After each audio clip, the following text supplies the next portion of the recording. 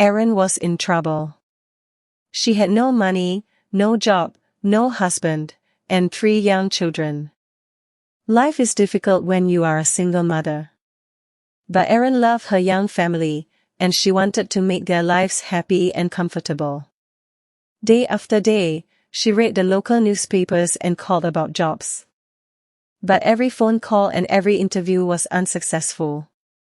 It was time to try something new. Erin visited her lawyer, Ed Masry. "I'm smart, I'm hardworking, and I'll do anything," she told him. "Please give me a job."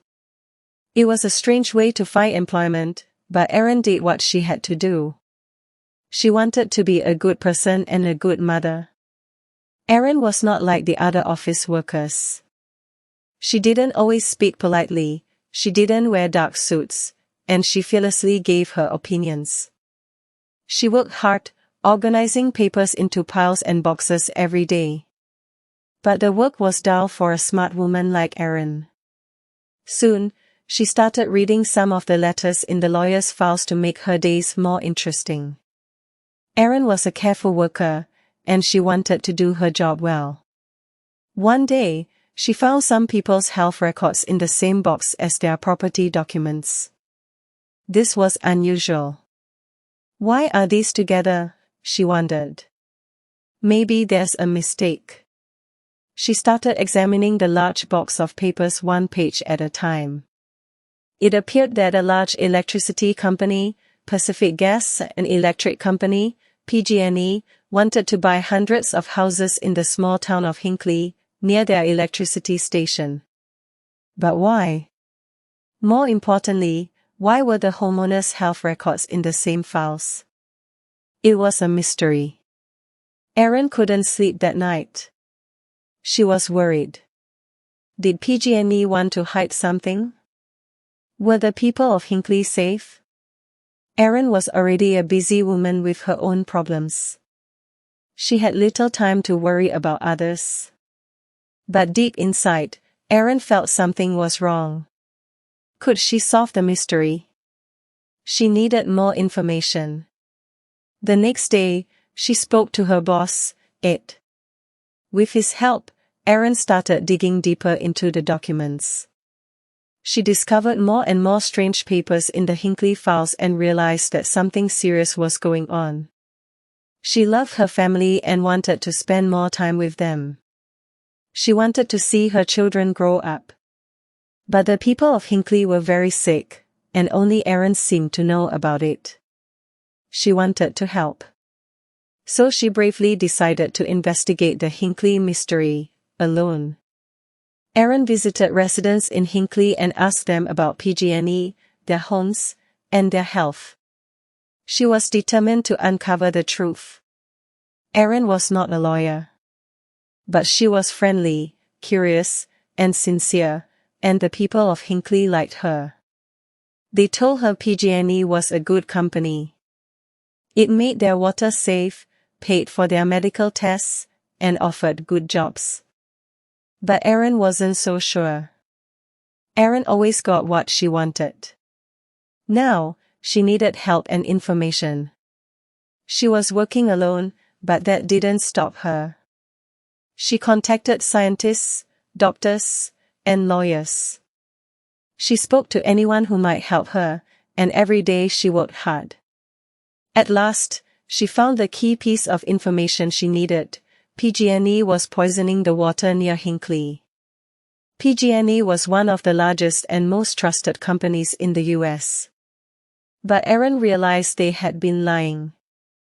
The water is safe, they claimed, but in reality, they were poisoning it. Erin was not important, famous, or rich. She wasn't even a lawyer. But she decided to fight PG&E for the people of Hinckley. She knew she had to help however she could. How many people had been poisoned in Hinckley? Was anyone in danger? Erin returned to the town to find out. People now knew Erin. They trusted her and openly shared their health issues. Hundreds of people in Hinckley had severe illnesses, and some were dying. As Erin listened to their pain and fear, she became deeply angry. PG&E knew it was harming people. Cleaning the contaminated water near its electricity station was costly, so the company let the toxic water flow into Hinckley's river and drinking supply. Now, it wanted to buy the homes and bury the truth. PG&E wasn't concerned about the sick, it was only worried about having to pay them. Money was also a big problem for Ed Masri at that time. He knew Erin's work was important, but lawyers only get paid if they win. Taking on PG&E seemed almost impossible for a small local law office. Ed was afraid, but he was also brave. He trusted Erin, and her courage and dedication carried them through the toughest moments. From start to finish, Erin's fight for Hinckley lasted more than 5 years. During that long and challenging time, she and Ed became an incredible team. As Erin continued talking to the townspeople, her name and face became well known. But she had to be careful.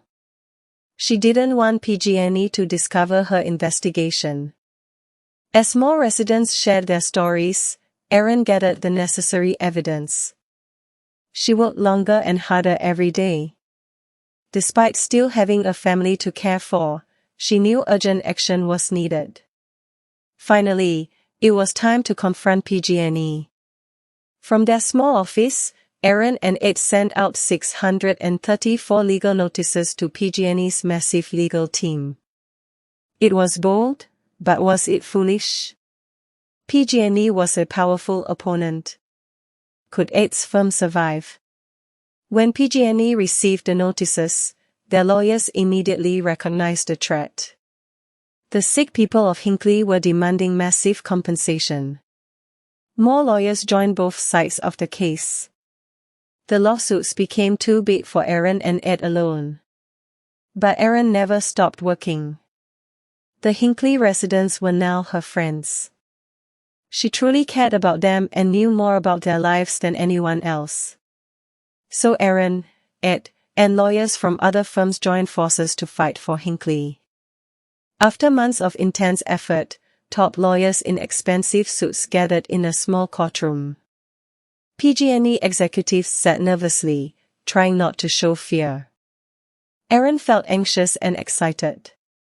She thought of her friends in Hinckley and the long journey that brought her here. As the judge delivered his final ruling, she listened in silence. PG&E was ordered to pay $333 million to the people of Hinckley. It was the largest settlement of its kind in U.S. history. It gave hope to other ordinary people and small law firms. And when PG&E finally stopped contaminating Hinckley's water, hundreds of lives were saved. After the victory, Erin and Ed had enough money to retire. But Erin still works at Ed's office. She's not a lawyer. She's still the same bold and determined woman, and she hasn't changed. Her health, her family, and helping people matter most to her. Today, she supports other ordinary people who are fighting big corporations. Her courage and hard work continue to make a difference and save lives. Did you enjoy the story and learn something new today? Like this video to support our channel. Comment your favorite word or sentence from the story. Don't forget to subscribe for more easy English stories to improve your vocabulary, listening, and speaking skills. Keep learning. Keep growing.